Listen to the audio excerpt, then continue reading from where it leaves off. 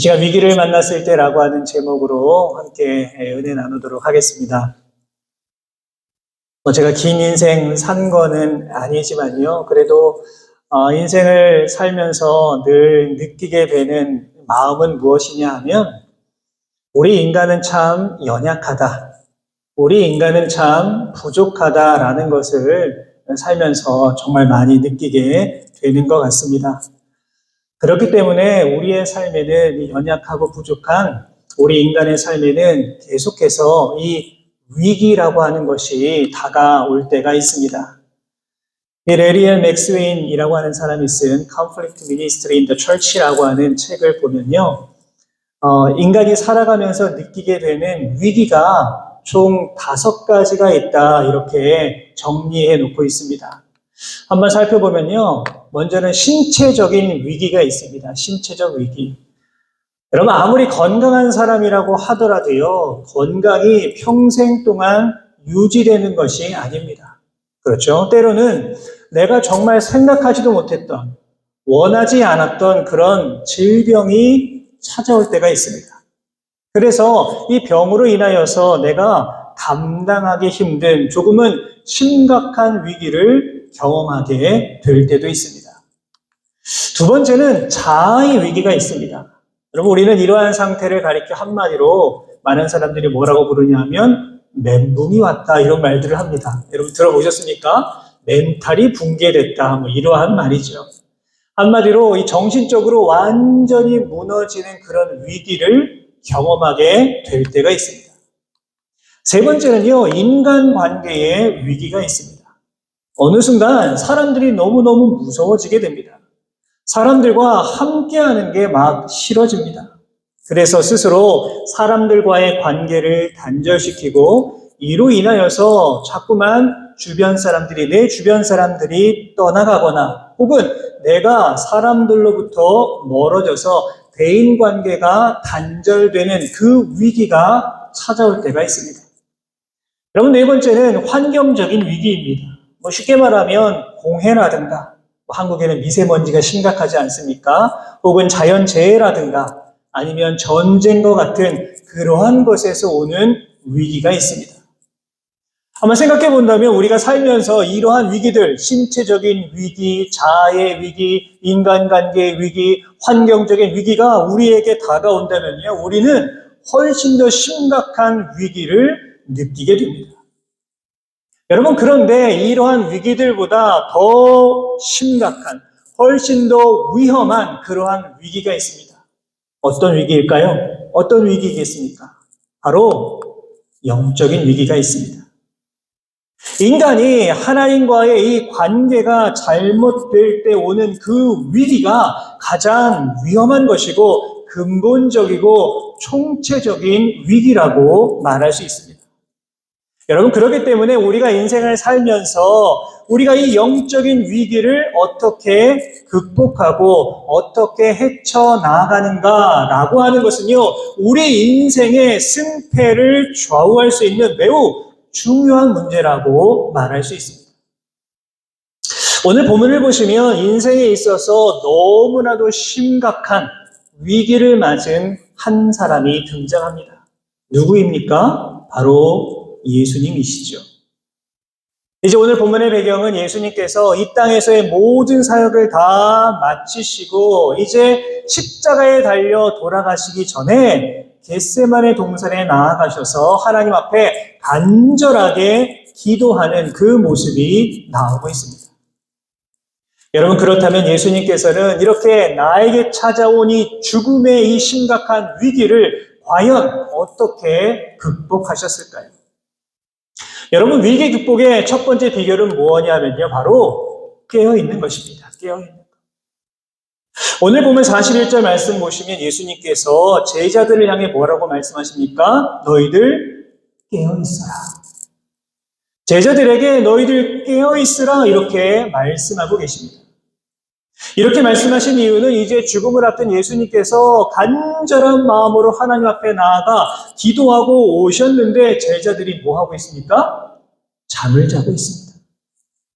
예수님께서는 분명 제자들에게 너희들 깨어있어라 이렇게 부탁을 하셨음에도 불구하고 지금 제자들의 모습이 어떠냐 하면 여전히 깨어있지 못하고 또 잠을 자고 있습니다. 여러분 사실 제자들의 마음도 이해가 되기는 합니다. 아마도 제자들 역시요 예수님과 함께하고 있는 그 마음이 간절했을 겁니다. 그런데 그게 쉽지가 않았습니다. 분명 예수님께서 정말 땀방울이 핏방울이 되실 정도로 간절한 마음으로 기도하는 것 제자들이 분명히 보았음에도 불구하고요 이들은 깨어있지를 못했습니다. 왜 깨어있지 못했을까요? 왜? 오늘 보면은 그 이유가 분명히 나와 있죠. 43절 뭐라고 되어 있습니까? 그들의 눈이 피곤하밀러라 이렇게 기록되어 있습니다. 무슨 뜻입니까? 한마디로 너무나 피곤했다는 겁니다. 여러분 우리는요 잠을 이길 장사가 없다라는 것 다 알고 있습니다. 그렇죠?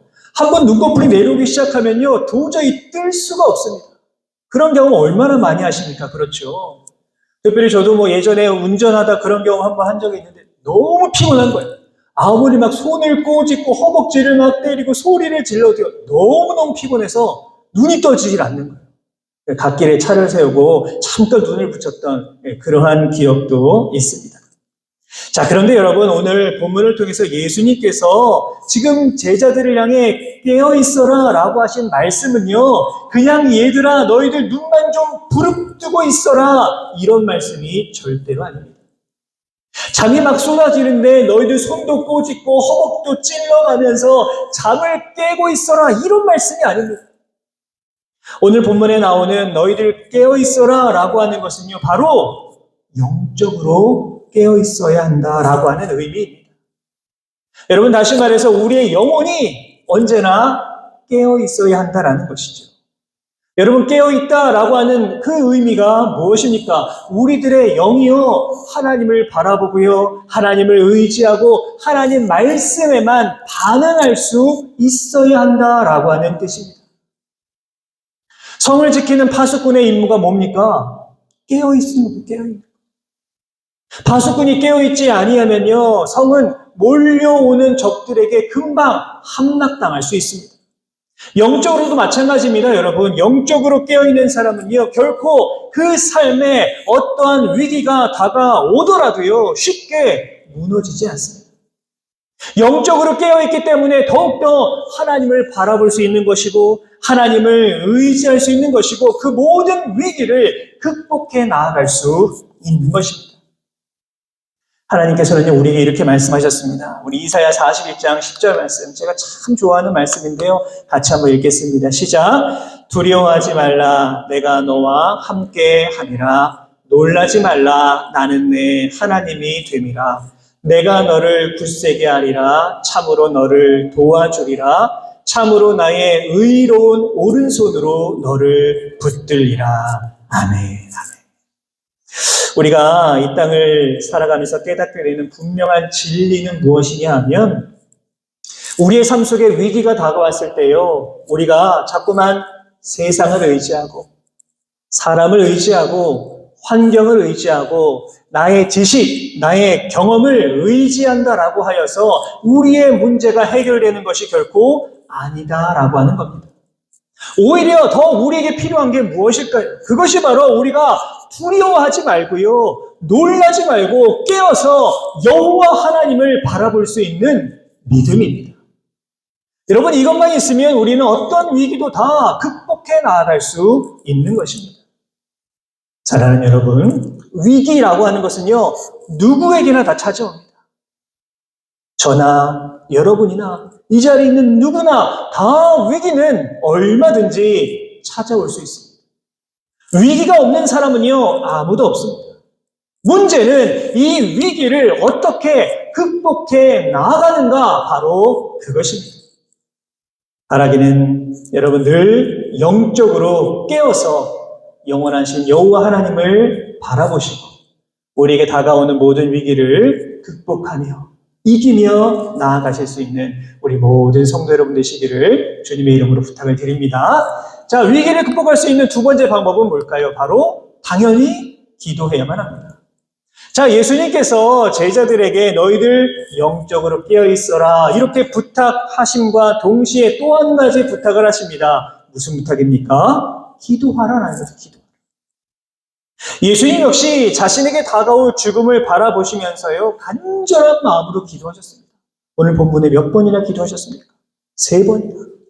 계속해서 기도하셨습니다. 자, 우리도 마찬가지입니다, 여러분. 우리가요, 영적으로 깨어있는데 너무너무 중요합니다. 여러분, 그런데 내가 영적으로 깨어있는 거기에 만족해서는 안 됩니다. 우리가 영적으로 깨어있다면 여러분, 뭐 하셔야 되겠습니까? 당연히 기도하셔야 합니다. 문제는 무엇일까요?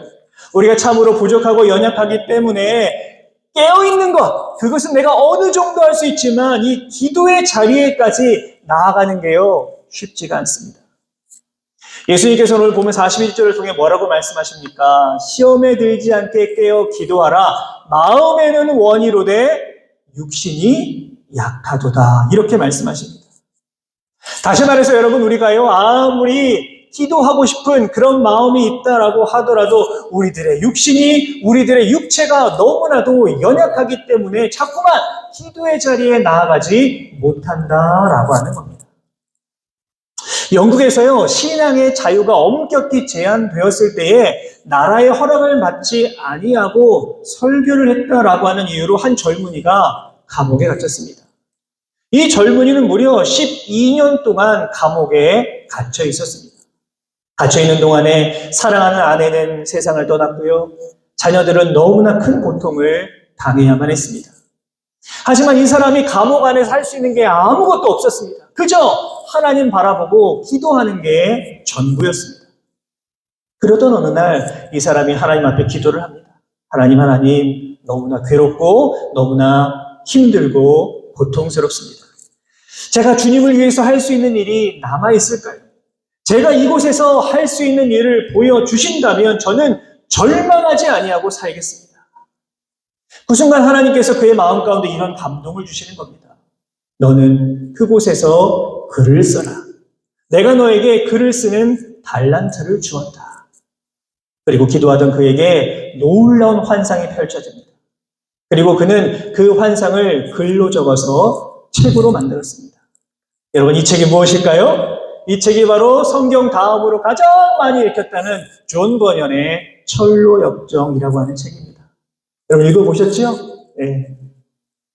이처럼 여러분, 기도에는요, 놀라운 힘이 있음을 우리는 반드시 기억해야만 합니다. 그런데 우리가 또한 이 예수님께서 기도하는 모습을 통해 한 가지 기억해야 되는 것은 무엇이냐 하면 이 동일한 내용을 담고 있는 누가복음 22장 39절을 보니까요, 예수님께서 습관에 따라 감람산에 가셨다 이렇게 기록되어 있습니다. 습관에 따라. 여러분, 다시 말해서 기도라고 하는 것은요, 형식적인 것이 되어서는 안 됩니다. 기도가 의무적인 것이 되어서는 안 됩니다. 기도는요, 우리들의 습관이 되어야 합니다. 감람산은 높은 산이 아닙니다. 겟세마네 언덕이라고 하죠. 그냥 작은 동산에 불과합니다. 예수님께서 그곳에 등산하러 가신 것이 아니라 산책하러 가신 것이 아니라 바로 기도하기 위하여 매번 습관에 따라 그곳에 가셨다라고 하는 겁니다. 사실 예수님께서는요, 로마 군사들이 자신을 잡으러 온다는 것 다 알고 계셨습니다. 그렇기 때문에 인간적인 생각으로 본다면 뭘 해야 될까요? 그 자리를 벗어나야지요. 아무리 습관에 따라 그곳에 가셨다고 하더라도 이것만큼은 가지 않고 잡히지 않아야 합니다. 그것이 아니라면 군사를 모아야죠. 어떻게 저들과 맞서 싸울까? 작전을 짜야만 합니다. 여러분, 그런데 예수님은 그렇게 하지 않으셨습니다. 오히려 이 위기의 순간에 예수님 뭐 하십니까? 기도하러 가셨습니다. 기도하러. 이처럼 성경 곳곳에는요, 예수님처럼 늘 기도해야 함을 강조합니다. 사도 바울은 에베소서 6장 18절 말씀을 통해 뭐라고 말하고 있습니까? 항상 성령 안에서 기도하라 이렇게 말하고 있습니다. 그뿐 아니죠. 데살로니가전서 5장 17절 말씀, 우리가 너무나 잘 아는 말씀 아닙니까? 쉬지 말고 기도하라 이렇게 강조하고 있습니다. 여러분, 이처럼 기도라고 하는 것은요, 우리에게 다가오는 위기를 극복해낼 수 있는 가장 확실한 방법입니다. 자, 여러분, 그렇다면 우리가 이렇게 하나님 앞에 기도하며 나아갈 때 우리에게 주시는 선물이 있습니다. 우리가 어떤 선물을 받게 될까요? 그게 바로 평안함입니다. 우리 다 같이 요한복음 14장 27절 말씀 같이 한번 읽겠습니다. 시작. 평안을 너희에게 끼치노니 곧 나의 평안을 너희에게 주노라. 내가 너희에게 주는 것은 세상이 주는 것과 같지 아니하니라. 너희는 마음에 근심하지도 말고 두려워하지도 말라. 아멘. 사랑하는 여러분, 이 시간 기도의 힘을 믿으실 수 있기를 주님의 이름으로 부탁을 드립니다. 아멘, 아멘. 여러분, 그 어떤 위기도요, 우리가 기도함으로 해결해 나아갈 수 있습니다. 예수님처럼 우리가 늘 기도의 자리에 나아갈 때에 우리에게 평안함이 오게 되는 것이고 성령의 역사하심으로 모든 위기를 벗어날 수 있을 것입니다. 혹시라도 여러분, 우리 마음 가운데 지금 근심이 있습니까? 우리 마음 가운데 지금 걱정이 있으십니까? 고통이 있으십니까? 여러분, 이 시간 기도의 자리로 나아가시기를 바랍니다. 그러할 때 하나님께서는 이 위기가 우리에게 기회가 될 수 있도록 만들어 주실 것이고 여러분의 삶 가운데 놀라운 은혜와 복을 더하여 주실 것입니다. 오늘도 이 믿음을 가지고 이 땅 가운데 승리하며 나아가는 우리 모든 성도 여러분 되시기를 주님의 이름으로 부탁을 드립니다. 자, 위기 극복의 세 번째 방법 무엇이냐면 여러분, 현재의 상황을 올바로 인식해야만 합니다. 여러분, 이게 참 중요한데 매우 어렵습니다. 매우 어렵습니다. 오늘 보면 45절 말씀 이렇게 되어 있지요. 이에 제자들에게 오사 이르시되 이제는 자고 쉬라. 보라, 때가 가까이 왔으니 인자가 죄인의 손에 팔리느니라. 이렇게 말씀하십니다. 지금 예수님께서는요, 이제 때가 되었다, 때가 가까이 왔다, 이렇게 말씀하십니다. 어떤 때가 왔다는 걸까요? 어떤 때가? 바로 예수님께서 십자가에 달려 죽으심으로 많은 모든 사람의 죄를 대속할 그때, 십자가에서 죽으심으로 말미암아 모든 인류를 구원할 그때, 예수님께서 이제 모진 십자가의 고통을 받아야 할 그 때를 말하는 겁니다. 다시 말해서 예수님께서는요, 바로 이 때를 분명하게 분별하고 계셨습니다. 우리도 마찬가지입니다, 여러분. 우리가 지금 현재의 나의 모습을요, 아주 분명하게 올바르게 여러분 바라볼 수 있어야만 합니다. 내가 지금 위기를 겪고 있다라고 한다면 과연 이 위기가 무엇 때문에 시작된 것인가 우리가 올바로 판단할 수 있어야만 합니다. 영적으로는요, 더욱더 중요합니다. 우리는 영적으로 늘 민감해야만 합니다. 영적인 나의 상태를 언제나 분별할 수 있어야만 합니다. 내가 지금 혹시 주님과 멀어지고 있는 것은 아닌지, 우리 주님이 계셔야 할 내 마음의 중심에 세상의 우상이 자리 잡고 있는 것은 아닌지 우리가 늘 점검해야만 합니다.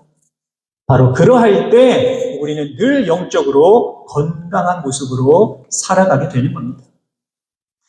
사랑하는 여러분, 위기의 순간은 언제 찾아옵니까? 우리가 현재의 상황을 낙관하고 방심할 때 위기가 다가옵니다.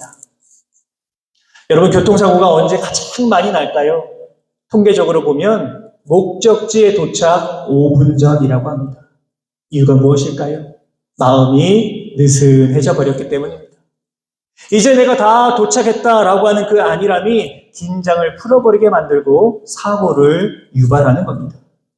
여러분, 우리도 마찬가지입니다. 여러분, 우리는 영적으로 언제나 늘 민감해야만 합니다.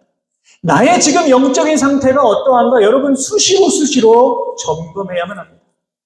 우리가 영적으로 나약해져 있고 우리가 영적으로 둔감해져 있을 그때에 수많은 위기가 우리에게 다가온다는 사실을 여러분 반드시 기억하시기를 바랍니다.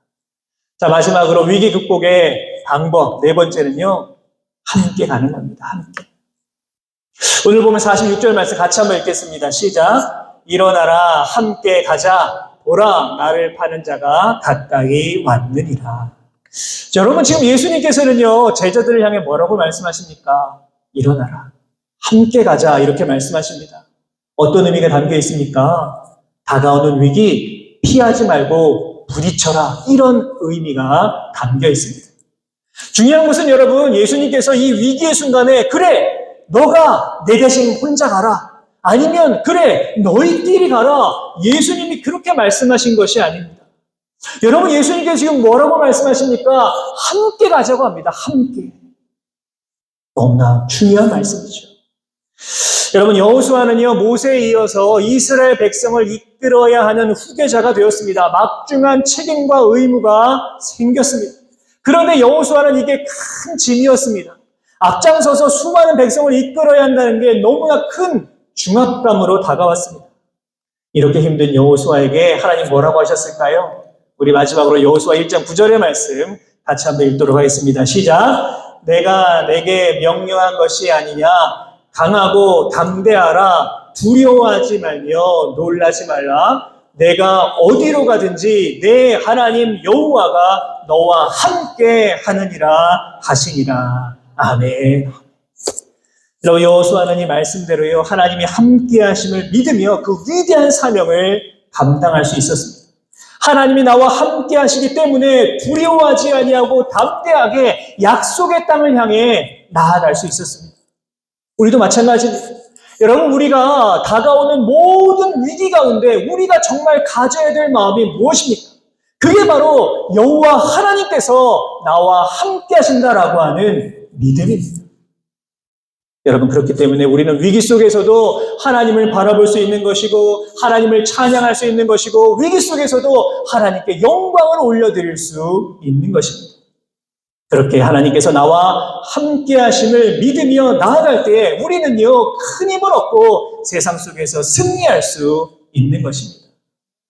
사랑하는 여러분, 오늘 우리에게 주신 말씀 기억하셔서 여러분, 이제 우리의 삶 가운데 어떠한 위기가 다가오더라도 당당하게 이겨나가실 수 있는 우리 모든 성도 여러분 되시기를 주님의 이름으로 부탁을 드립니다.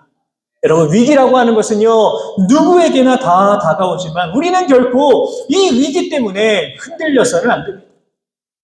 오히려 위기 가운데 영적으로 깨어 있으시고 더 열심히 기도하시고 현재 나의 영적인 상태를 분명히 파악하시고 언제나 하나님께서 나와 함께하고 계심을 믿으며 나아간다면 우리는 모든 위기를 반드시 극복하며 이 땅을 살아갈 수 있을 것입니다.